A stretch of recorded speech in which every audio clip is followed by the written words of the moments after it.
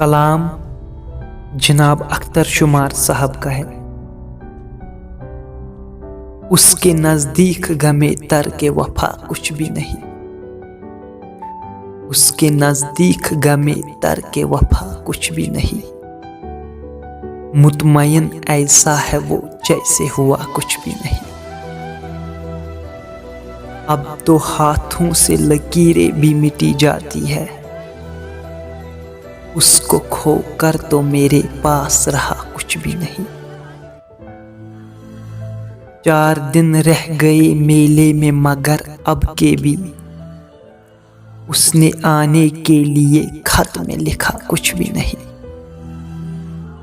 कल बिछड़ना है तो फिर अहदे वफा सोच के बाद, अभी आगाज़े मोहब्बत है गया कुछ भी नहीं।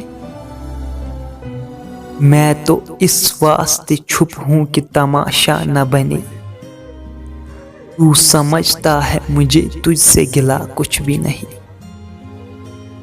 बेशुमार आंखें इसी तरह बिछाए रखना, जाने किस वक्त वो आ जाए पता कुछ भी नहीं। उसके नजदीक गमे तर के वफा कुछ भी नहीं। मुतमयन ऐसा है वो जैसे हुआ कुछ भी नहीं।